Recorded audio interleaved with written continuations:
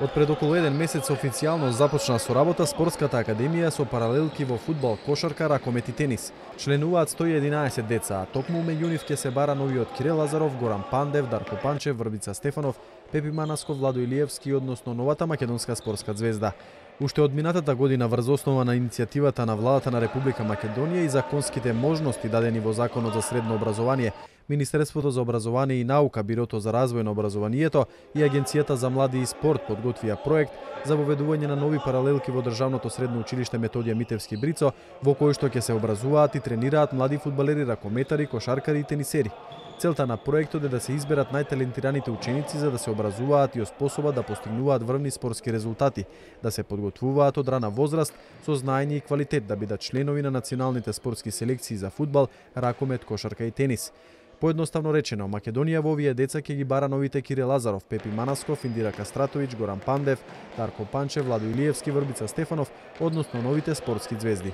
Целта на формирање на така наречената спортска академија е да се формира модел на македонски спортист, фудбалер, ракометар, кошаркар, тенисер. Зошто ако сме го имале во минатото еден Пепи Манасков, да не имаме уште 4 такви како Пепи Манасков? Зошто ако сме имале напаѓач како Дарко Панчев, да не имаме уште 4 такви напаѓачи како Дарко Панчев? Мислам, тоа е системот по кој што се работи во Европа и во светот, но пред се во Европа.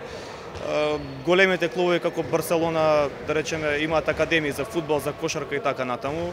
Се снимаат потезите, се снимаат игрите на најдобрите светски играчи и потоа наназад низ сите останати категории до пионерска се увежбуваат и елементи од аспект од спортскиот дел. И токму затоа се воспоставува еден систем кој што после 4, 6, 8, 12 години не може а да не даде висок спортски резултат. Значи можеби еден ќе биде процент од тие што ќе бидат ултра добри како Кирил Лазаров, меѓутоа останатите сите ќе бидат сигурно на високо ниво играчи, дали во ракомет, дали во фудбал, дали во кошарка. Вториот момент на формирање на модел на македонски спортист е во делот на воспитниот дел и образовниот дел. Значи нас не требаат личности кои што ќе знаат како се бранат боите на Република Македонија, кои што кога ќе искочат пред стадионот 30-50 илјади луѓе, ќе ја пеат химната со гордост и на глас, кои што ќе видат пример надвор на улица во соседството како треба да се однесува еден спортист, кој што никогаш на памет нема да им падне да се откажат од националниот дрес. Од следната година се планирани две работи. Првата е да се зголеми бројот на спортови, конкретно се размислува за женската одбојка, а воедно се размислува иста ваква академија да се формира во Штип, Прилеп или Битола. Зошто да нема, например, иста ваква академија во Штип, во Прилеп, во Битола, во другите поголеми градови, бидејќи таму на некој начин е и полесно за организација. Еден Штип, например, интернатот, средното училиште и стадионот се на само 100 метри. Луѓето кои што се во пример ФК Брегалница тренери, тие се истовремено и професори во гимназијата.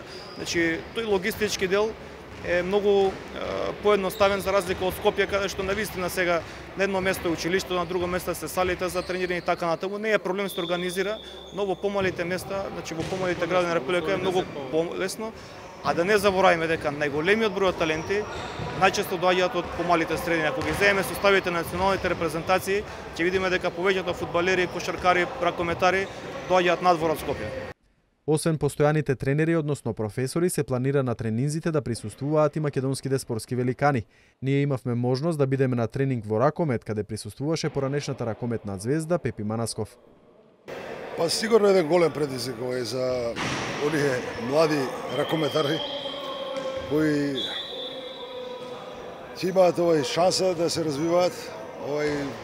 Мислам дека имаат одлични услови во моментов, спортска сала, термини, значи 7 термина во неделата е предоволно за нивната генерација.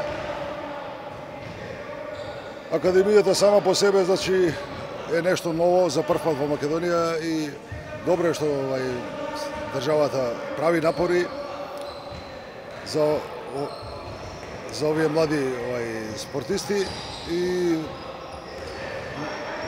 за краток период ќе се видат тие резултати. Ракометната федерација ме назначи како промотор, значи на оваа академија, да од време на време доаѓам да ги посетам овие млади момци, да укажам